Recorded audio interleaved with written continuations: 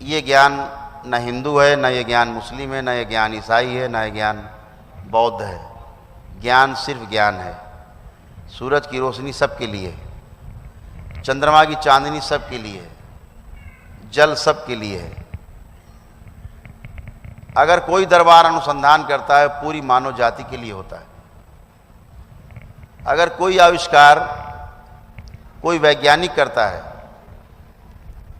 तो पूरे धरती के प्रत्येक मानव के लिए होता है। वहाँ कोई धर्म आड़े नहीं आता। मोबाइल का आविष्कार हुआ धरती के प्रत्येक मानव के लिए, वहाँ कोई धर्म नहीं है।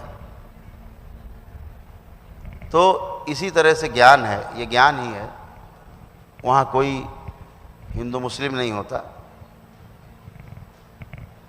ज्ञान के लिए मनुष्य का शरीर चाहिए जो है ही, समझने की प्यास चाहिए जो आदमी में पहले से होती है,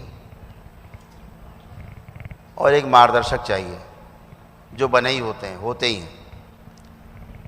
बात है अपने कर्म भोग, अपने कर्म बंधन की, अपनी स्मृतियों की। इनके निराकरण के बाद ही यात्रा शुरू होती है।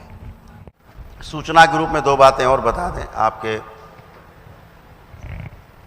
करौली सरकार के इस दरबार में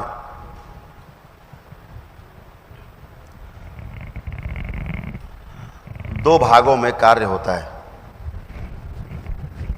तीसरा अपने आप होता है।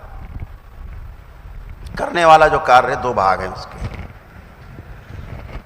करने वाला कार्य दो, एक शरीर की और जीवन की शुद्धि सफाई पूरी हो जाए जब, तो दूसरा भाग है ध्यान और साधना। तीसरा जो है ध्यान साधना के द्वारा जो हमें मिला है, फिर हमें समाज में कैसे जीना है, वो अपने आप होता है। वो करना नहीं होता, अपने आप होता है। समझदारी जब आ जाती है तो अपने आप जीना सही हो जाता है। सही जीने के लिए कुछ नहीं करना होता है, केवल समझना भर शेष है। तो तीन स्तर हैं, दो स्तर हमें जो करने होते हैं, तीसरा अपने आप होता है।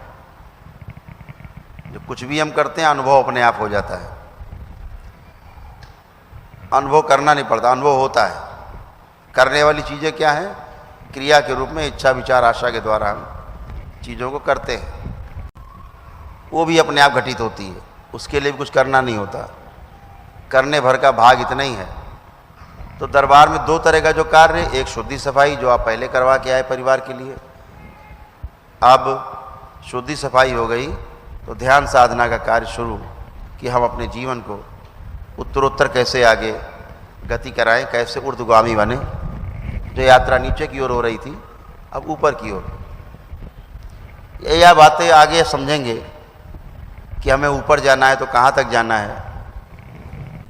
दीक्षा में जुड़ के, आप दीक्षा से जुड़ के गुरु की, और आपका जीवन धन्य होता ही होता है, ये तय है।